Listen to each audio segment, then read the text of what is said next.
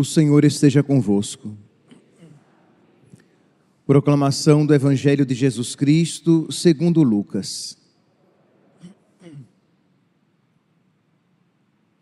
Naquele tempo, Jesus estava expulsando um demônio, mas alguns disseram: é por Beelzebu, o príncipe dos demônios, que ele expulsa os demônios.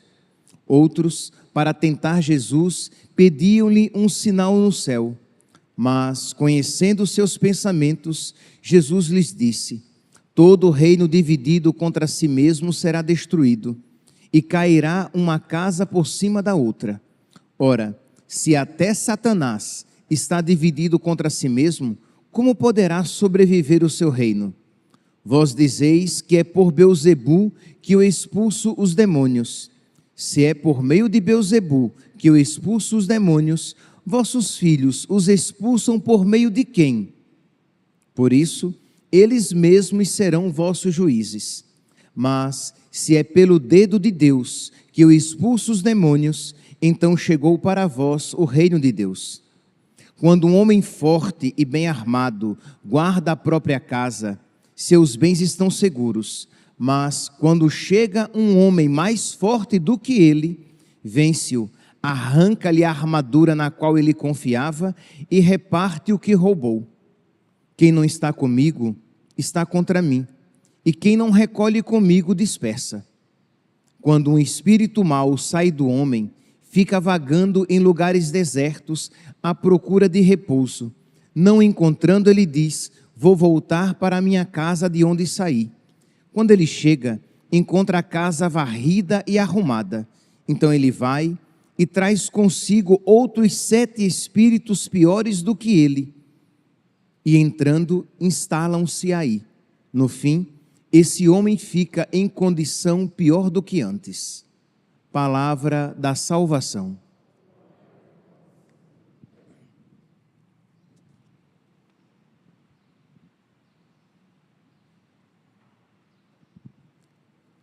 Caríssimos irmãos e irmãs, o Evangelho de hoje apresenta uma luta entre Jesus e o diabo. E luta esta que acontece na nossa alma. A alma do homem, na alma do homem existe uma constante luta que põe o seu fim, a sua salvação sempre em perigo, em risco. Pois bem, esta luta teve um final vitorioso da parte de Cristo por ocasião do nosso batismo. No nosso batismo, o diabo foi expulso, foi retirado, foi exorcizado da nossa alma. Nós somos libertos no nosso batismo. No decorrer da nossa vida, quando caímos em pecado, nós somos libertos também no confessionário, no sacramento da confissão. E isso normalmente nos agrada muito. Nós gostamos de ser libertos. Nós somos gratos a Deus quando somos libertos. Mas existe um perigo quando, não obstante libertos, embora libertos, permanecemos vazios. Diz aqui o texto evangélico: quando o espírito mau sai de um homem, fica vagando em lugares desertos à procura de repouso. Não encontrando, ele diz: vou voltar para a minha casa de onde saí. Quando ele chega, encontra a casa varrida e arrumada. Isto é, o Senhor, ele, ao retirar a sujeira, ao retirar o pecado, ao retirar o diabo, a casa fica arrumada e limpa, mas não necessariamente preenchida. Na vida espiritual existe esta segunda etapa, e que não agrada tanto, e que nem sempre agrada. que sejamos libertos, que o mal seja retirado de nós, que o diabo seja retirado de nós, que o pecado seja retirado de nós, isso sempre, normalmente, pelo amor de Deus, isso normalmente nos agrada. Mas a segunda etapa, nem tanto. Às vezes, o sentimento de alegria se faz ausente. E em que consiste esta segunda etapa? Preencher esta casa que foi purificada e que está arrumada, preencher com a presença de um outro Senhor.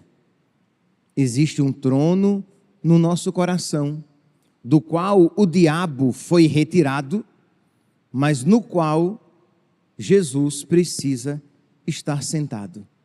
Isto é, um outro que agora vai gerir a minha vida, que vai guiar o meu viver, que vai orientar todas as minhas escolhas, que vai não poucas vezes me desafiar, que vai me corrigir, que vai exigir coisas de mim, e isso não poucas vezes me incomoda. Vocês conhecem aquela expressão que eu já usei algumas vezes aqui, que o nosso Deus é o Deus da paz, que não nos deixa em paz. Então esta presença de Jesus dentro de nós é uma presença que às vezes, não poucas vezes, nos inquieta, porque nos chama a um progresso, a uma mudança de vida. E o que é que não poucas vezes acontece? Quando nós percebemos que esta presença é inquietante, quando percebemos que esta presença é exigente, nós preferimos ficar sozinhos, vazios, a ter esta presença no nosso coração. E não venha você me dizer, não, pá, de jeito nenhum. Isso acontece muito frequentemente. Infelizmente, nada de jeito nenhum.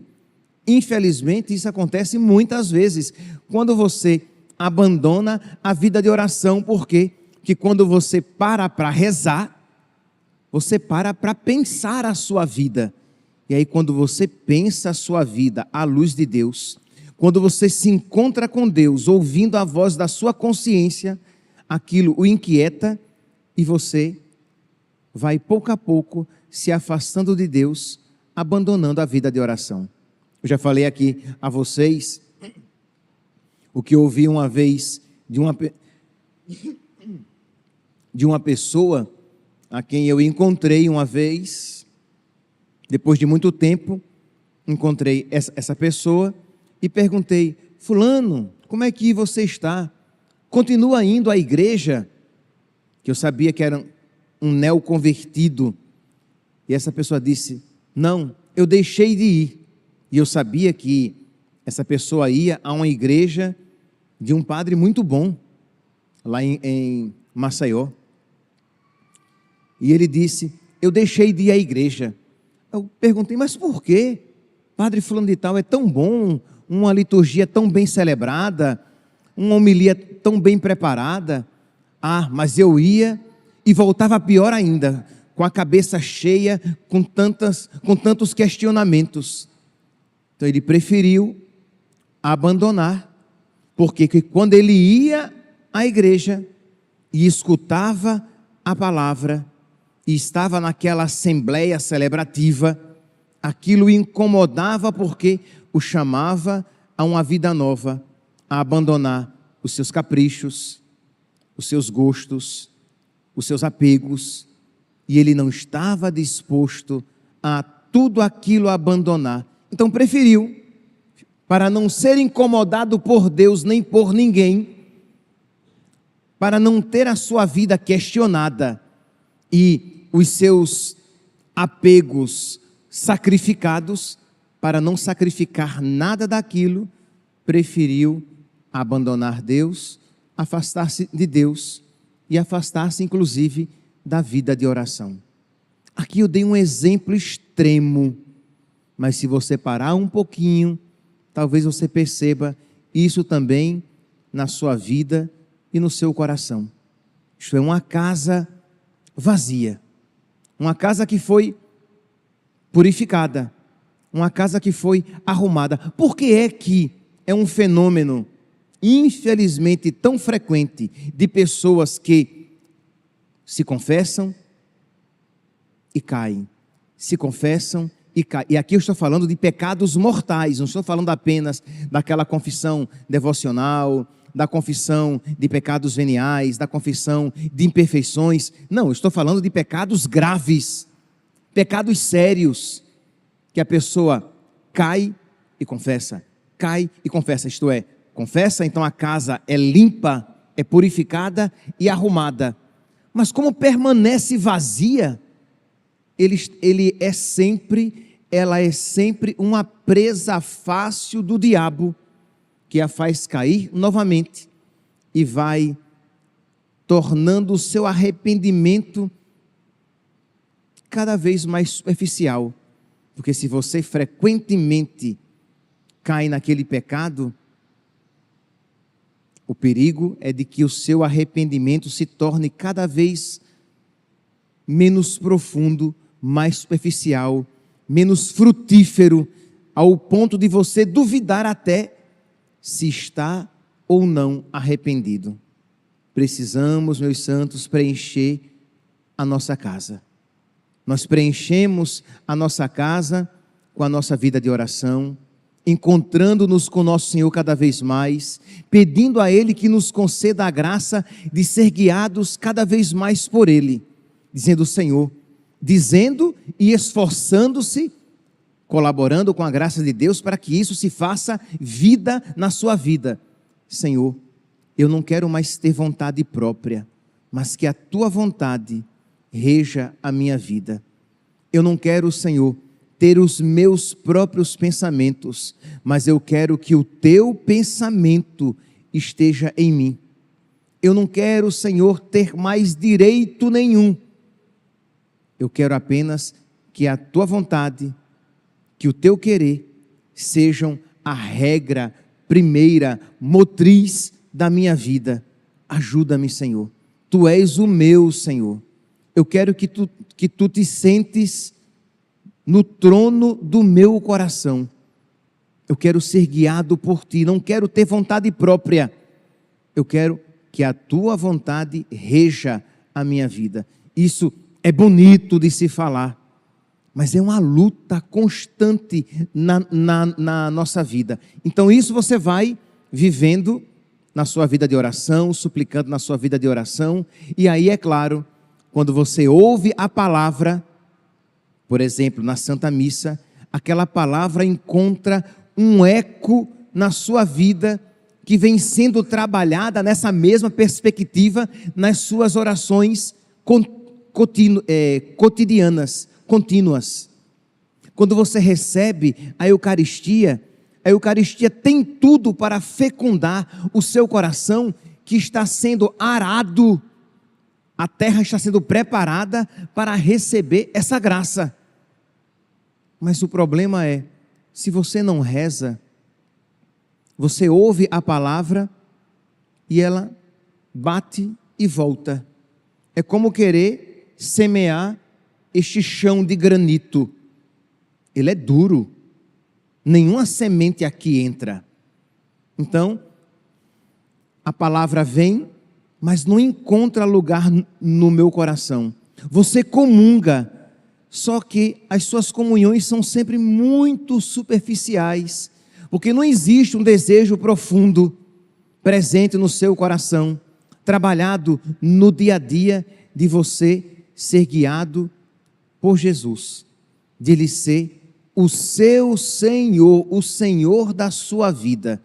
Quando isso, meus irmãos, quando Jesus está sentado no trono do seu coração, quando na sua vida existe um desejo sincero de ser guiado por Deus, pela palavra de Deus, pela vontade de Deus, de que o senhorio dele esteja estabelecido na sua vida, a sua casa não está apenas limpa, varrida e arrumada, mas ela está preenchida, de modo que, Se a tentação voltar, não encontrará mais gancho para fisgar você. Se o diabo com mais 7 demônios voltar, querendo se alojar na sua alma, não encontrará espaço. Por quê? Porque a casa está preenchida, o trono está ocupado por Jesus, nosso Senhor.